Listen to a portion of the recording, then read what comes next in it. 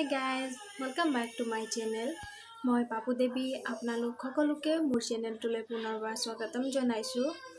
আজি একো ব্লগ নিদিওঁ আৰু একো ৰেচিপিও শ্বেয়াৰ নকৰোঁ। কিছুমান ইনফৰ্মেটিভ কথাটো শ্বেয়াৰ কৰিম বুলি ভাবিছোঁ। আই হোপ আপোনালোকে সঁহাৰি জনাব। সো দেৰি নকৰাকৈ ভিডিঅ'টো ষ্টাৰ্ট কৰোঁ। ভিডিঅ'ৰ টপিকটো হৈছে হাইজিনৰ ওপৰত। এতিয়া গৰম দিন আহিছে, সো অকণমান হ'লেও গৰম দিনততো এলাৰ্জি প্ৰব্লেম চবৰে হয়। সো এইটো প্ৰব্লেমৰ পৰা বাচিবৰ কাৰণে আমি কি কৰাটো ভাল।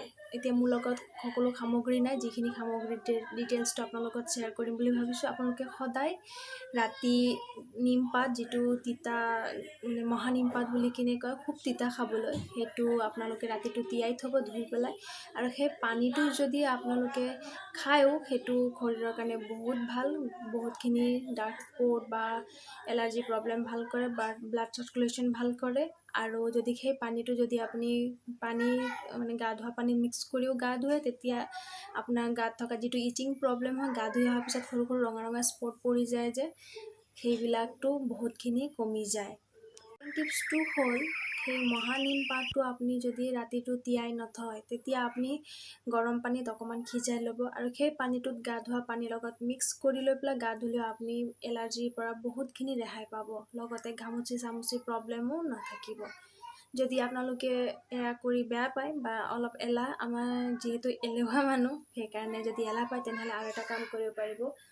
এয়া চুথল, বেছি দামৰ নহয়, এইটো 40 ৰুপিজ। 40 ৰুপিজ পৰে। এইটো গা ধোৱা পানীত কেইটোপালমান দি পেলাই আপুনি গা ধুলেও এলাৰ্জি প্ৰব্লেমটো বহুতখিনি কমিব। এয়া আমাৰ নাচনী বাইদেউ আহি পালেই, একো ভিডিঅ' কৰিবলৈ সময় নাপাওঁ দেখোন। আৰু এতিয়া গৰম দিন, এতিয়া যিহেতু মহিলাসকলৰ কাৰণে বিশেষকৈ অলপ অসুবিধা হয়, কাৰণ কাপোৰ কানিয়ে ধৰক ইমান আমি ফ্ৰীলি থাকিবলৈ সময় নাপাওঁ। সেইকাৰণে ইয়াত এটা খুব বিশেষ, আৰু আমাৰ মহিলাগৰাকীৰ ধৰক পেৰিয়ডিক প্ৰব্লেমো আছে। সেইকাৰণে হাইজিন মেইনটেইন কৰিবলৈ আপোনালোকে এইটো ভিৱাছ, এইটো শেষে হৈছে, ভিৱাছ ইউজ কৰিব পাৰে, নহ'লে ক্লিন এণ্ড ড্ৰাই ইউজ কৰিব পাৰে। এইটোতো উল্টা হৈছে, এয়া ক্লিন এণ্ড ড্ৰাই।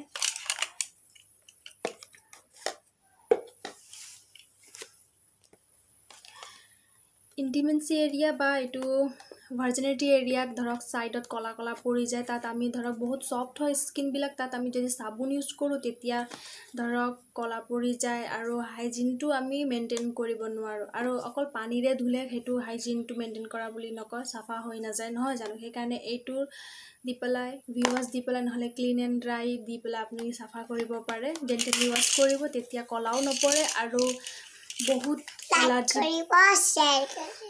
বহুতখিনি এলাৰ্জিক প্ৰব্লেমৰ পৰা ৰেহাই পাব। মই এইটো 2 বছৰ হ'ল ইউজ কৰা, এইটো খুবেই ভাল। আৰু ক্লিন এণ্ড ড্ৰাইও বহুত ভাল, কিন্তু এইটোৰ তুলনাত, ভিৱাছৰ তুলনাত ক্লিন এণ্ড ড্ৰাইটো মই অকণমান ভাল পোৱা নাই।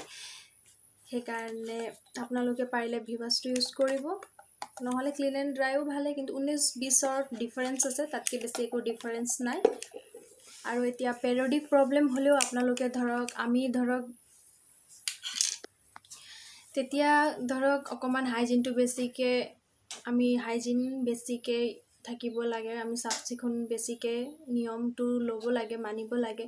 সেইকাৰণে এটা পেডটো আপোনালোকে খুব বেছি 4-5 ঘণ্টা ইউজ কৰিব, তাতকৈ বেছি ইউজ নকৰিব, নহ'লে এৰিয়াটো ক'লা পৰি যায় আৰু এলাৰ্জিক প্ৰব্লেমটো বেছি হয়। ইয়াতকৈ আৰু বেছিকৈ মোৰ লগত ইনফৰ্মেশ্যনো নাই, যিখিনি মই নিজে ব্যৱহাৰ কৰিছোঁ বা জানিছোঁ, তাৰ পৰা আপোনালোকৰ লগত শ্বেয়াৰ কৰিছোঁ। আৰু পেৰিয়ডিক প্ৰব্লেমত প্ৰায় মহিলাখিনি পেটৰ বিষ হয়, ভৰিৰ বিষ হয়। তাৰ কাৰণে ভৰি চৰি বিষৰ কাৰণে ব্যায়াম কেইটামান আছে। আৰু পেটৰ বিষ হ'লে আপোনালোকে মেডিচিন ইউজ নকৰিব।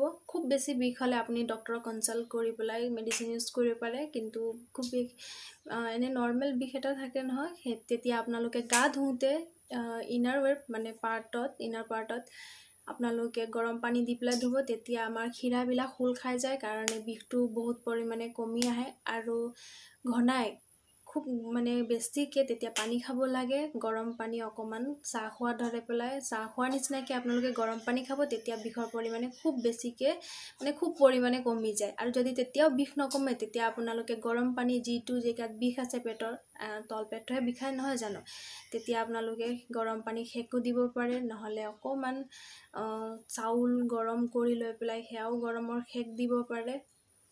তেতিয়া আপোনালোকে পেটৰ বিষ বহুতখিনি কমাই পাব।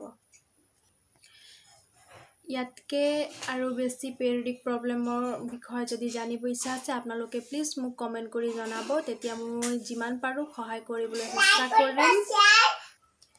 আৰু এয়া ইনফৰমেশ্যনে যদি আপোনালোকক অকণমানো হেল্প কৰিছে, তেনেহ'লে প্লিজ মোৰ চেনেলটো ছাবস্ক্ৰাইব কৰিব আৰু ছাইডত থকা বেল আইকনটো হিট কৰি দিব। লগতে ফ্ৰেণ্ডছ ৰিলেটিভ চবৰ লগত এই ভিডিঅ'টো শ্বেয়াৰ কৰিব আৰু কমেণ্ট কৰিও জনাব যে কেনেকুৱা পালে। কিবা বেয়া পাইছে যদিও ক্ষমা কৰিব আৰু মোক জনাব, তেতিয়া মই নিশ্চয় মোৰ ভিডিঅ'টোত কিবা ভালকৈ আপডেট দিবলৈ চেষ্টা কৰিম। Till then, bye bye.